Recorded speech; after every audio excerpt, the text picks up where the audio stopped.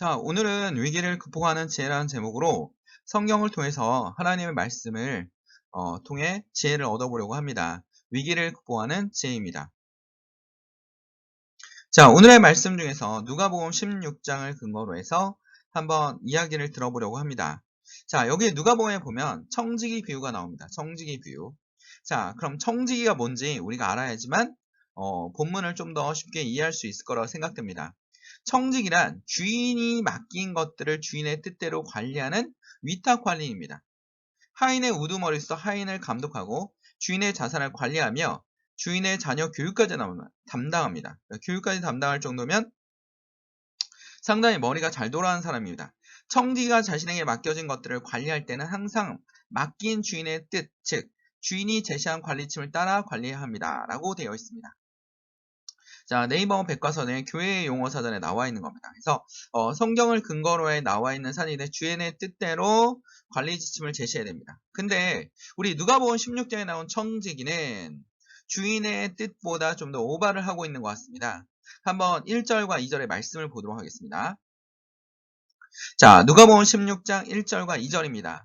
또한 제자들에게 이르되 자, 어떤 부자에게 청지기가 있는데 이 청지기 이야기는 제자들에게 얘기했습니다. 제자들에게.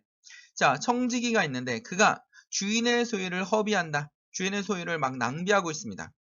자, 낭비도 하고 부정부패도 저지른 것 같습니다. 제 생각으로는. 자, 그래서 그가 주인의 소유를 막 허비해서 재산을 탕진하고 있는 겁니다. 아니면 이미지를 주인의 돈을 자기 것처럼 막 쓰고 있거나 뭐 재테크를 자기 거를 통해서 부정부패를 저지르니까 배임 횡령 막 이런 걸 할 수도 있습니다. 말이 그 주인에게 들린지라. 이 들린지라는 말은 자, 뭐냐면 주인의 것을 그러니까 주인이 청지기하고 자기네 집에서 좀 멀리 떨어져 나와 있는 것 같습니다. 그러자 딴 사람이 이 청지기가 너무 부정하다. 그러니까 너무 화가 난다. 막 쓰고 있고 자기가 꼭 주인인 것처럼 행사하고 있다라고 주인에게 고소를 한 겁니다. 들린지라. 그러자 주인이 너무 화가 났습니다. 주인이 저를 불러 가로되 내가 내게 대하여 들은 이 말은 어찌미뇨? 내가 보던 일을 세마라. 이제 정산해라. 정산해라.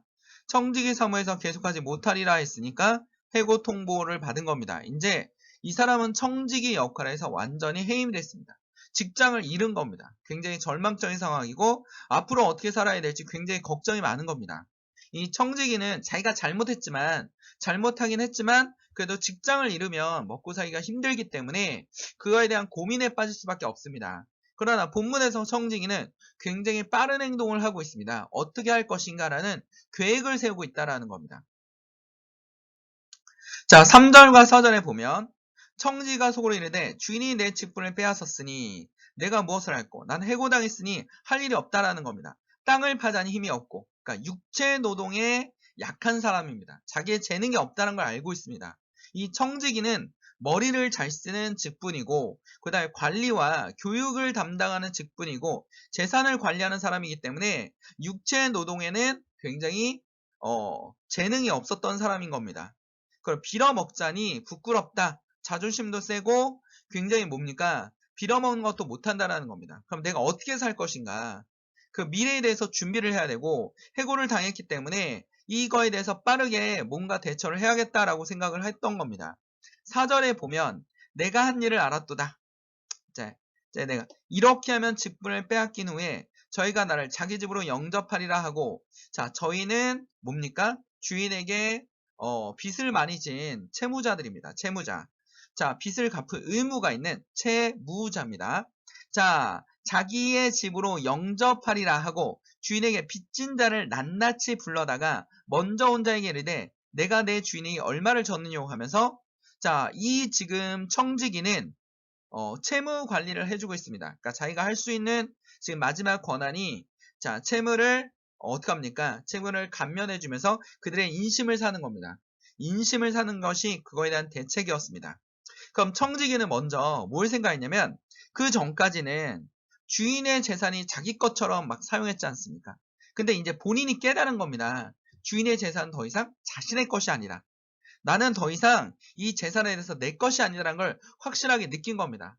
자, 우리도 무엇을 깨달아야 되냐면 뭔가 하나님께서 우리에게 맡겨주셨는데 뭔가 우리가 잘못했다면 그 잘못을 굉장히 빠르게 인정할 필요가 있습니다. 예를 들면 자, 우리 다윗 왕을 보면 알 수 있습니다.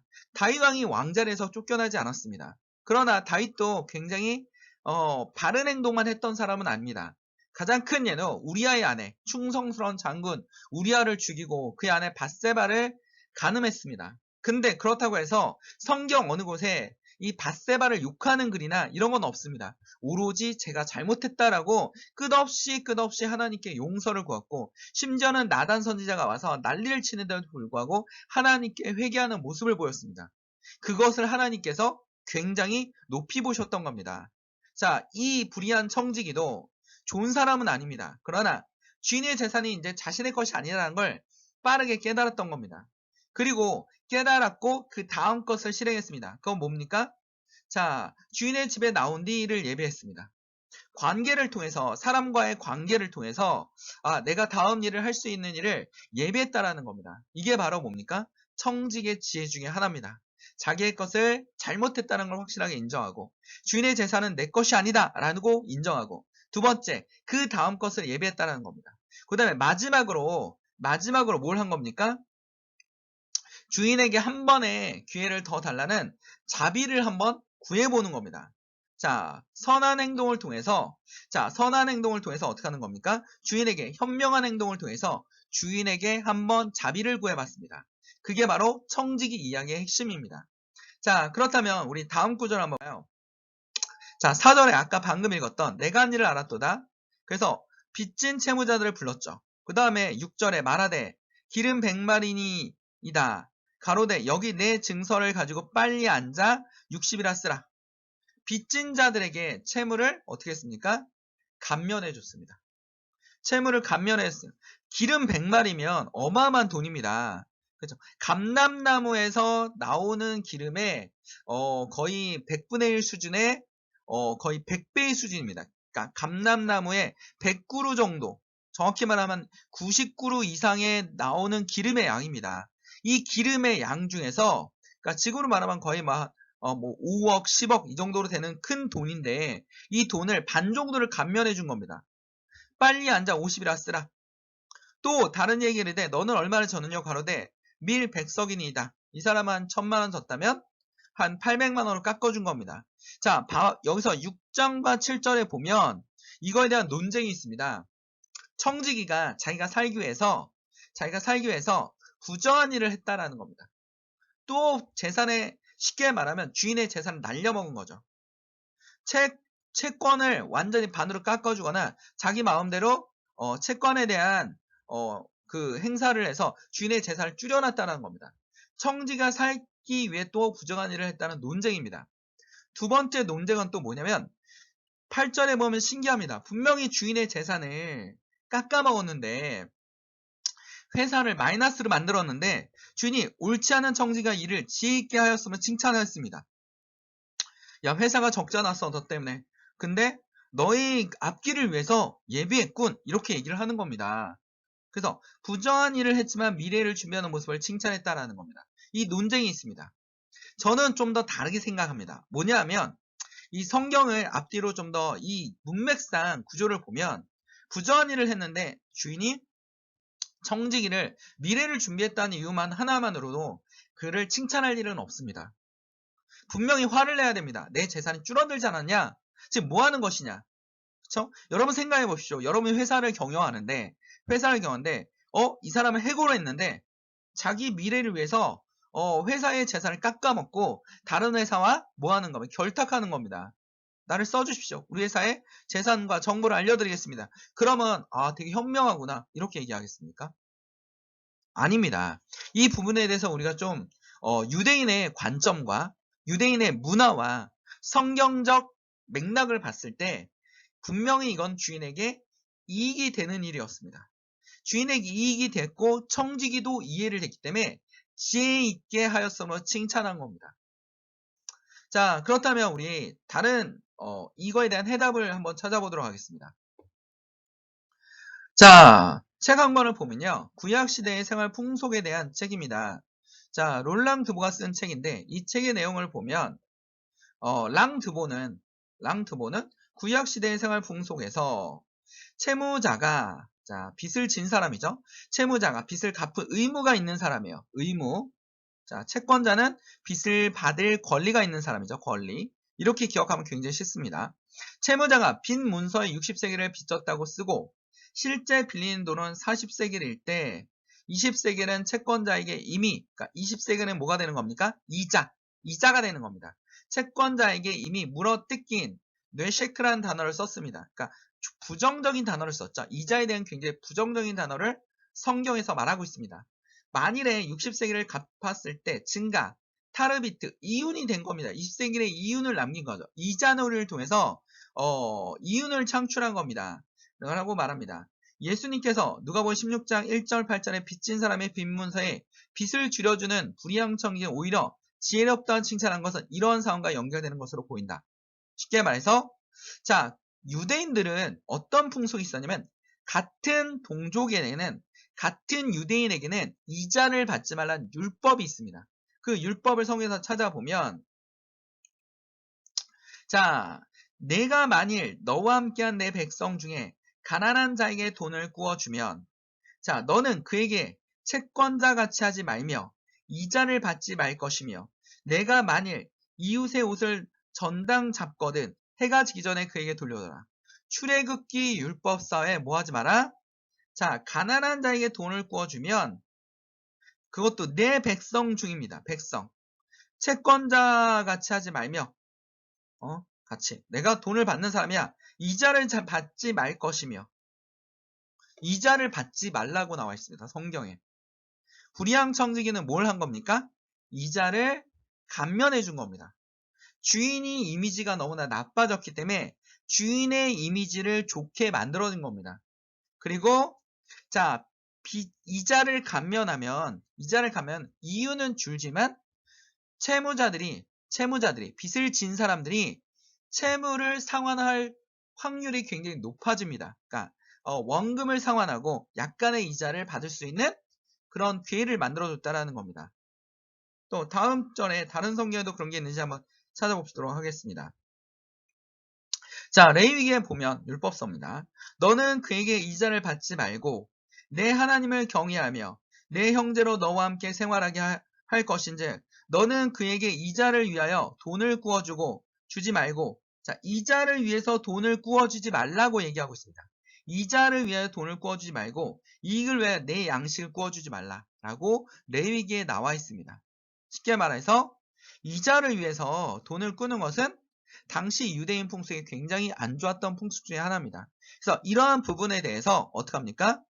자, 이 청지기는 이자를 감면해 준 걸로 알고 있습니다. 그래서 주인이 너 때문에 나의 이미지가 좋아졌다라는 겁니다. 자, 그러면 지금 예수님께서 든 예화가 경제학적으로도 맞는지 한번 살펴보면 경제학에서 봤을 때 자, 프리드먼이라는 경제학자가 기업들은 뭐 해야 된다? 사회적 책임을 져야 된다. 즉, 사회적 책임을 통해서 어떻게 합니까? 사회적 책임을 통해서 기업들이 할 역할을 얘기하죠. 자, 그래서 가난한 사람을 도와주고 기업이 돈을 번 만큼 사회에 환원하고 그 다음에 사회의 문제점을 해결해주고 가난한 사람들의 빈부격차를 해결해주는 그런 책임을 져야 된다. 근데 그것이 어떠한 역할이 있다? 다시 기업의 이미지를 좋게 해서 다시 돌아온다라는 겁니다. 기업에게 다시 돌아올 수 있다라는 거예요. 자, 예를 들면 뭡니까? 기업이 굉장히 도덕적입니다. 그러면 소비자들은 어떻게 삽니까? 저 기업의 물건은 믿고 살 수 있는 사람이야. 믿고 살 수 있는 기업이라는 굉장히 이미지가 좋습니다. 우리나라도 안 좋은 사건이 있었습니다. 몇몇 기업이 갑질을 하면서 판매량이 몇 개월 동안 엄청나게 하강하는 일이 벌어졌습니다. 이걸로 인해서 어떻게 됩니까? 사람들이 그 기업에 대한 이미지가 굉장히 안 좋은 겁니다. 그 기업이 만든 물건조차도 믿음이 안 가는 겁니다. 저기다 뭘 쓸데없는 짓을 하지 않았을까? 저렇게 비윤리적인 기업들은 문제가 많아라고 생각을 하는 겁니다. 그래서 프리드먼한 경제학자는 기업의 이미지가 굉장히 중요하다는 겁니다.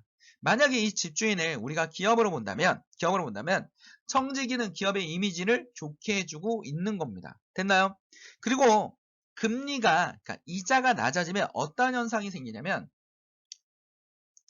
자, 우리 기사를 찾아보도록 하겠습니다. 파이널 뉴스 20에 보면 기술보증금이 원금 감면 제도를 통해서 채무 상환을 증가시켰다라고 되어 있습니다. 경작으로 바라보기입니다. 채무자에게 원금을 감면이 허용됨에 따라 특수채권 채무자 수는 2017년 3만 1,919명에서 2018년 28,313명으로 감소했습니다. 채무자의 숫자가 감소한 겁니다. 그만큼 빚을 많이 갚은 겁니다. 자, 이 채무자들이 상환을 어느 정도로 되냐면, 자, 원금을 감면해주고, 이자를 감면해줬더니, 2017년 48%에서 2018년 82% 크게 증가하는 등, 상환의 주체가 늘어났다는 겁니다. 상환이 늘어났습니다. 이렇게 상환이 늘어나면 채무자들은 다시 재취업을 하거나 그 다음에 다시 경제활동을 할 수 있는 겁니다. 과도한 채무 부담으로 인한 채무 상환을 포기했던 채무자들의 감면을 통해 여기 보면요.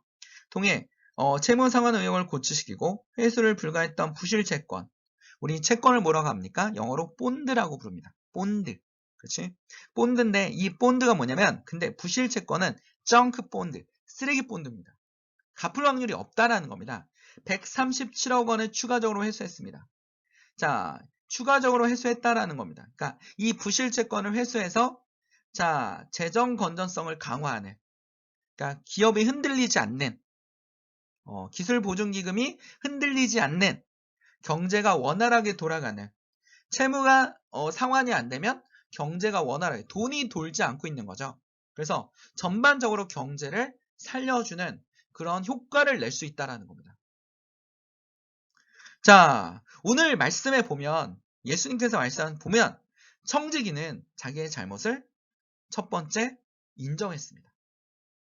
그리고 주인의 것이 자기 것이 아니라는 걸 알았습니다. 두 번째, 미래를 대비했습니다. 미래에 대비해서 첫 번째, 관계를 회복했습니다. 사람들과의 관계. 즉, 자, 유대인의 율법에 따라서 이자를 감면해주는 행동을 보였습니다. 이걸 통해서 주인에게 칭찬을 들었습니다. 미래를 준비하고, 재정 건전성과, 그 다음에 어떻게 합니까? 주인의 이미지를 좋게 만들어주는, 같은 동족에게 율법을 지켜주는 그런 효과를 통해서 칭찬을 들었습니다. 오늘 8절에 보면, 자, 이 세대의 아들들이 자기 시대에 있어서 빚의 아들보다 더 지혜롭다라고 말하고 있습니다. 즉, 하나님을 믿지 않는 세대들이 훨씬 더 지혜롭게 살고 있다. 그러나 하나님을 믿는 사람들의 빚의 아들들은 이보다 어떻게 된다? 더 지혜로워야 된다라는 겁니다. 우리는 하나님 예수 그리스도 앞에서 더 지혜로운 삶을 살기 위해서 애를 써야 됩니다. 쉽게 말해서 위기를 극복할 수 있는 능력과 지혜와 삶의 지혜를 달라고 하나님께 항상 기도해야 됩니다. 이 누가는 사도 바울과 많이 사역을 했었는데 사도 바울이 쓴 에베소서 5장 15절에도 이렇게 나옵니다. 너희가 어떻게 해야 할 것을 자세히 주하여 지혜 없는 자 같이 말고 오직 지혜 있는 자 같이 하라. 오직 지혜 있는 자 같이 하라. 자, 그리스도를 믿는 사람들은, 예수 그리스도를 믿는 사람들은 항상 세상 사람들보다 더 지혜롭고 지혜로운 사람이 되어야 할 것입니다. 이 말을 꼭 기억합시다. 오직 지혜 있는 자 같이 하라.